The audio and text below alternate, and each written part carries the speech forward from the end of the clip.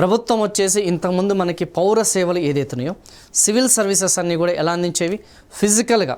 Suppose మనకి ఏదన్నా ఒక క్యాస్ట్ సర్టిఫికేట్ కావాలన్నా, ఏదన్నా రిజిస్ట్రేషన్ చేయాలన్నా, లేదంటే ఏదన్నా గవర్నమెంట్కి సంబంధించిన బెనిఫిట్స్ పొందాలన్నా ఇంతకుముందు ఏం చేసేవాళ్ళం, మాన్యువల్గా, ఓకేనా, మాన్యువల్గా వెళ్ళి అప్లికేషన్ సబ్మిట్ చేస్తే వాళ్ళు స్క్రూట్నీ చేసి వాళ్ళు మనం లబ్ధిదారులమా కాదా, అర్హులా కాదా, ఈ యొక్క ధృవీకరణ పత్రం ఇవ్వాలా లేదా అని చెప్పేసి వాళ్ళు చేసేవాళ్ళు, ఓకేనా. ఇప్పటి నుంచి మీకు ఒక 10 years బ్యాక్ చూసుకుంటే సిస్టమ్ అనేది అదే విధంగా ఉండేది.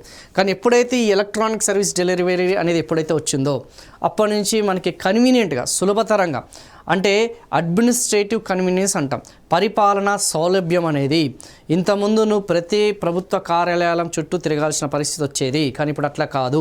డైరెక్ట్గా త్రూ మీ సేవా సెంటర్స్, ప్రభుత్వం వచ్చేసి వివిధ డిపార్ట్మెంట్లు ఏదైతున్నాయో ఈ యొక్క మీ సేవతో ఇంటిగ్రేట్ చేయడం జరిగింది. సో సర్వీసెస్ అన్నీ కూడా మీ సేవలను ఇంటిగ్రేట్ చేయడం జరిగింది. అలా ఇంటిగ్రేట్ చేయడం వల్ల మీరు డైరెక్ట్గా మీ సేవా కేంద్రాలకు వెళ్ళి మీ యొక్క ఏదైతే ధృవీకరణ పత్రం కానీ, ఏదైనా అప్లికేషన్ కానీ, మీకు కావాల్సిన పౌర సేవలన్నీ కూడా అందించవచ్చు అన్న సంగతి గుర్తుపెట్టుకోండి. 1-2 కదమా, దాదాపు 100ల సంఖ్యలో పౌర సేవలు ఉన్నాయి. దాదాపు 50+ డిపార్ట్మెంట్స్ ఇందులో ఇంటిగ్రేట్ అయిన సంగతి గుర్తుపెట్టుకోండి.